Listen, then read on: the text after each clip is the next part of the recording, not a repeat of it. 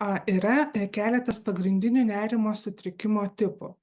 Tai generalizuotas nerimo sutrikimas, tai yra nuolatinis nerimas ir jaudinimasis dėl įvairių dalykų - sveikatos, finansų ar ateities.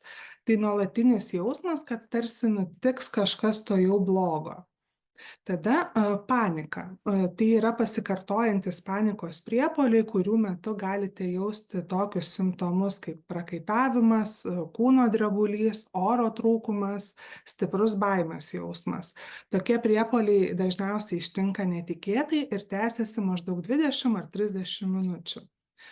Fobijos. Tai didelė specifinio dalyko, pavyzdžiui, gyvačių, vorų ar kažkokio tai veiksmo, pavyzdžiui, skrydžio lėktuvu baimė.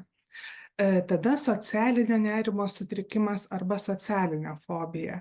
Žmonės sergantys šiuo sutrikimu bijo socialinių situacijų, dažnai jaudinasi būdami viešose vietose, nepasitiki savimi, bijo būti atstumti.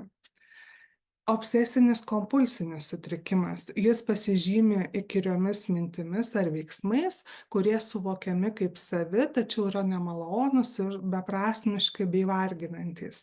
Dažnai tai gali pasireikšti kaip nuolatinis rankų plovimas ar nuolatinis darbo tikrinimas, kad jame nebūtų jokių klaidų, ar lauko durų tikrinimas, ar jos užrakintos.